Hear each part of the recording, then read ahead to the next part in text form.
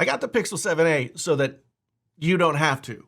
Whether or not you might want to, we'll discuss here. I've had it now for 24 hours-ish.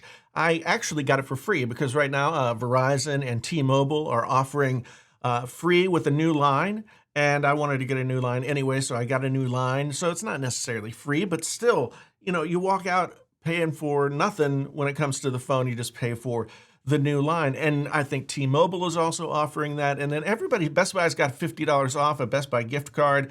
And you get Google Pixel Buds or something like that if you order from Google. So there are some good deals on this phone right now. And I have been a fan of the A series phones from Google for a while. All the way back to the 3A. I thought the 3A, which was, I believe, $350. The 3A was an incredibly good phone for $350.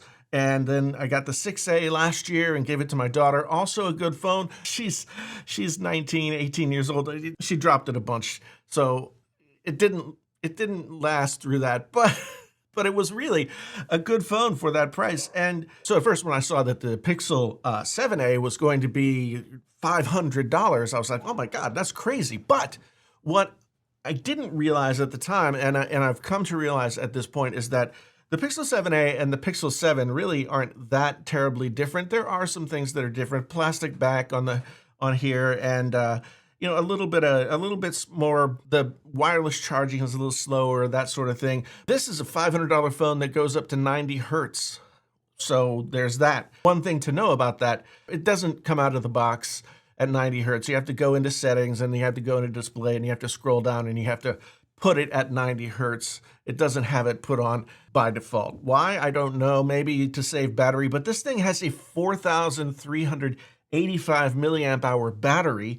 Google says that it's going to last for 3 days. I don't know if this will last for 3 days, but then again, I'm using it a bunch because I'm just sort of checking it out. In terms of comparisons to the 7a, which you can still get, so the 7a is $600 and this is $500 or free if you want to go that route. A little bit thicker bezels, not quite as polished on the back. This back hump is not as high as the Pixel 7 and 7a, but generally this is a very good feeling phone. Even though it kind of looks the same as the phones with glass on the back, the plastic back is fine, and it's not going to crack when you drop the phone inevitably. So that's a good thing. You've got a 6.1-inch screen, which is fine. Came to this from using an iPhone 12 Pro Max, and this thing sits in the hand much more comfortably than the iPhone, and it's lighter than the iPhone. The iPhone 12 Pro Max, the Max phones are huge. So this is a much easier to hold in the hand phone. 8 gigabytes of RAM, the Tensor G2 chip, which is the same chip that's in the 7, comes with 120 gigabytes of storage. You can't go any further than that, and you can't upgrade it. The cameras, 64 megapixel f1.89 main camera, and then a 13 megapixel f2.2. The front camera, also 13 megapixel f2.2. And of course, with the cameras, you get Magic Eraser, and you get night sight camera, and you get all that kind of stuff. Whether or not this camera is quite as good as the flagship phones, the 7 and the 7 Pro, remains to be seen. But again, Google always has great cameras. The video performance is something that I'll check out as I continue to use the phone. 18 watts wireless charging, and it comes in 4 colors: the charcoal, sea, snow, and coral. Coral! That's it. Which you can only get the coral from the Google store if you were to want that. I got the snow, obviously. The sea is like a greenish color, and charcoal is, of course, gray. In terms of security, you have pretty fast fingerprint unlock, and you also have a pretty darn slick face unlock. This is the best working face unlock that I've used in an Android phone since the Google Pixel, the Pixel 4, that had the LiDAR, all that kind of stuff that they had to take out because India, there was something to do with India, and so they had to take it out. But this face unlock has actually been more reliable in the day that I've used it than anything other than my iPhones. How is the phone? It's actually very, very good. I've always liked the little bells and whistles that Google puts into the operating system for the Pixel phones. I mean, we've got everything from this activity display up here. You know, whenever I have something on my calendar, it will display up here, which is useful for me because I'm trying to be more attentive to my calendar. They have their own special widgets. They have all kinds. They also have the ability to see. I like this on my iPhone when I'm looking at my Nest cameras. It doesn't show me in the notifications what's going on, so I like that. My iPhone is often kind of hit and miss with the music player, so it's got my music player stuff right in there, and I like that. I generally like Android's notification screen more than I like what the iPhone does. The iPhone they still haven't really figured it out. They haven't made the notification screen all that useful. Something about Google's notifications work better for me, and I like them more. And the phone seems to be more integrated in helping me out with stuff that needs to go on during the day. All the way from, like I said, the calendar just being right up there at the top of the screen whenever there's a new calendar event, all the way through things like automatically recognizing audio that's playing. There's so much inside this that is customizable that it's not within the scope of this video to go through it.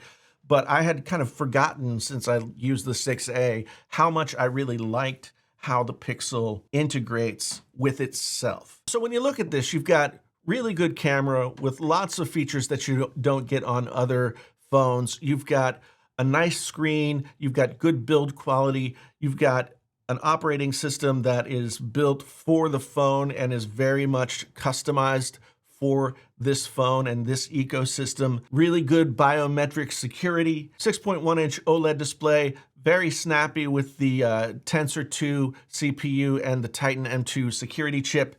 8 gigabytes of RAM, 128 gigabytes of storage. I would like to be able to have more, but I get it. Google is making this at a price point where this is for the average off-the-street customer. 128 gigabytes is the sweet spot. I've used 128 gigabytes on just about every phone that I've had and never really had any problem. I've always felt that Google, more than other smartphone companies since the Pixel came out, is that they wanted to be kind of the iPhone of the Android world, where they wanted it to be very user-friendly. They wanted it to have a lot of features that would improve your life, that wouldn't take a whole lot of effort to set up. You can still get in there and mess around and do all kinds of customization like you can with most Android phones. But this phone comes out of the box ready to do business, and you can set it up and it walks you through all kinds of tips and setup and all that sort of thing, so that not too long after you get it out of the box, you're up and running, you've got all your accounts going, you've got everything set up, and you can continue to tinker with it. At $500, this is a really good value for a phone. And I know there are some people out there saying, you know, well, the Google Pixel 7 is only $600. That's a better phone. And it is, but again, probably in the sense that it has features that not a lot of average consumers would really care about or notice that they aren't there. With Google being pretty aggressive about how you can get a hold of this phone, and with a lot of other phones being still really expensive, this has the potential to be the phone that people get when they sign up for a new plan, or the phone that people get because they need a new phone and this one's not very expensive and you're not losing very much.